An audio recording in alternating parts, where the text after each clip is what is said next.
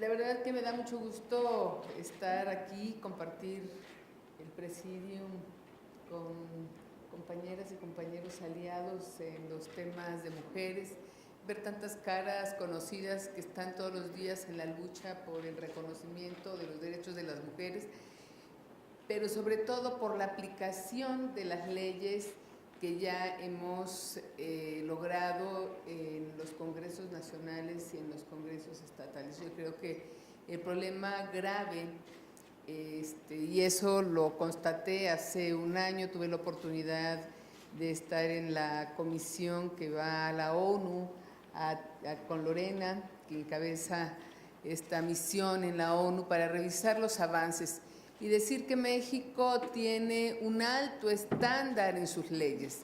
México a nivel internacional es sumamente reconocido por las leyes que hemos logrado hacer, leyes que nos han costado mucho trabajo, que nos ha costado romper esas inercias y esas resistencias en los congresos. Entonces yo creo que el problema más grave que tenemos es la aplicación de las leyes, que éstas se hagan efectivas para que las mujeres podamos tener una vida plena, una vida libre, una vida llena de satisfacción, donde nuestro derecho a la información y a decidir de manera informada qué es lo que queremos para nuestra vida.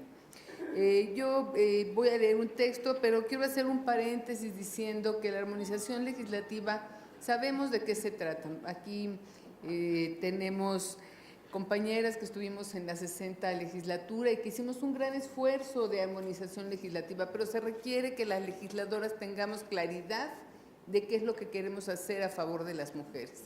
Un esfuerzo que se hizo a nivel nacional para la armonización del Código Penal en los estados.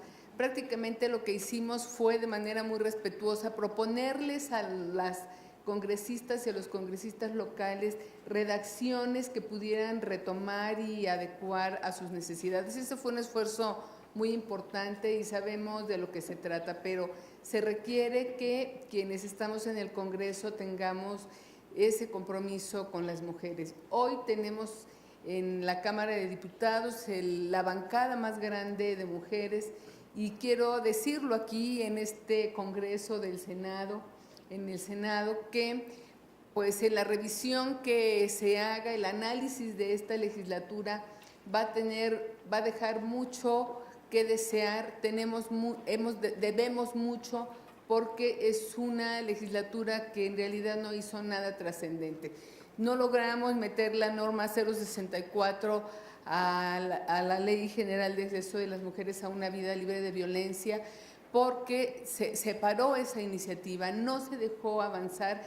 Es algo que teníamos que incorporar a la ley para que quedara reiteradamente obligado que esta norma y el procedimiento se aplicara para beneficio de las mujeres que han sido violadas y que han quedado embarazadas. Otro ejemplo, la minuta que fue del Senado para la violencia política y que fue detenida por la Comisión de Igualdad en la Cámara de Diputados. Hay que decirlo con sus letras, porque esas son las cosas que tenemos que enfrentar, no solamente en los congresos locales, en el Congreso Nacional tenemos muchas dificultades para avanzar, y resulta que pues lo que se hizo fue modificaciones a una minuta que costó mucho trabajo porque le faltaban cosas, pero me parece que es mucho más grave que para estas elecciones del 2018 no hayamos concretado el esfuerzo que se hizo en el Senado, y que la propuesta que hacíamos era que se aprobara la minuta y que se conviniera con el Senado hacer las reformas por aparte, porque eso nos hubiera facilitado poder avanzar. Es decir, la armonización legislativa va parte desde arriba. Yo quiero hablar del Congreso porque sabemos que se puede hacer, hemos participado en legislaciones donde hemos tenido un papel muy exitoso, Elsa Conde, que está aquí, y la senadora Marta Tagle. Entonces, quiero decir que los diagnósticos y reflexiones que hacemos sobre la situación de las mujeres siempre nos referimos a uno de los grandes pendientes, que es la armonización legislativa. Gran parte de nuestros esfuerzos se han centrado justo en exigir legislaciones que eliminen la discriminación y esa indiferencia a las diferencias entre hombres y mujeres. Podemos asegurar que contamos con marcos normativos muy avanzados y de reconocimiento de derechos. Sin embargo, existe un alejamiento de la realidad, dado que esas leyes no se aterrizan en políticas y no se aplican de manera concreta. Se han convertido en un catálogo de buenas intenciones en hojas de papel, donde el Estado no asume su obligación de acatarlas y generar esquemas de garantía para el ejercicio de nuestros derechos. Al contrario, el Estado es el principal agente que amenaza y viola los derechos humanos de las mujeres por una razón, porque no se respetan las leyes producto de un ADN institucional misógino y machista.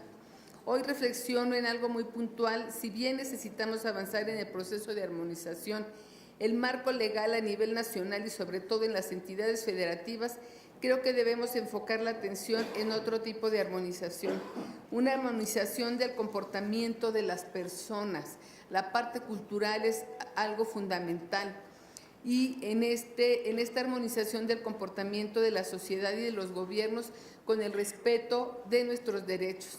Otra armonización del diseño y aplicación de las políticas con las leyes que hemos logrado para que aquellas realmente respondan a las necesidades de las mujeres y no a la ideología de la clase en el poder. Una armonización más que tiene que ver con hacer compatible la realidad que vivimos con todas las disposiciones que hemos venido creando y que corren el riesgo de quedarse en letra muerta. Ya se quedan muchas de ellas. En suma, necesitamos una armonización entre los discursos que escuchamos a propósito del 8 de marzo y la forma de pensar y actuar. Nuestra situación en México y el mundo se encuentra en una vertiginosa caída ante las circunstancias que generan la violación de nuestros derechos. No hay aspecto de la vida donde no suframos afectación. Existe impunidad en la impartición de justicia, una asignación social de la culpa donde se nos responsabiliza de las mujeres, donde se nos responsabiliza a las mujeres de nuestros asesinatos y violaciones. A ello se suman las licencias de discriminación y desigualdad que legalizan la cultura permisiva para ahondar en diferencias de género. Por ejemplo, solicitamos la armonización, solicitarnos la autorización del marido si queremos someternos a un método de reproducción asistida. Debemos abandonar esa cultura machista tanto en la sociedad como en las propias instituciones. Ese sería el reto de la armonización de nuestro actuar con una realidad que exige el respeto de derechos. El papel es específico del Congreso de la Unión, es reivindicar lo que se ha logrado y no prestarse a ignorar los avances y limitar derechos de acuerdo a los intereses partidistas.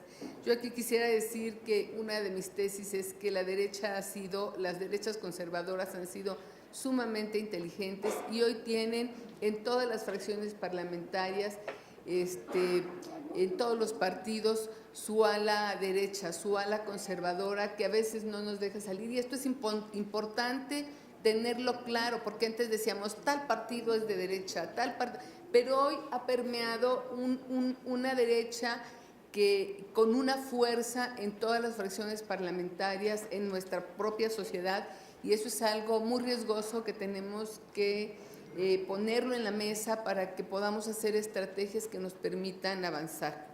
Si hablamos de armonizar, comencemos por la obligación que tenemos como legisladoras y legisladores. No es otra cosa que congruencia, comportamiento ético y respeto a las mujeres. Muchísimas gracias.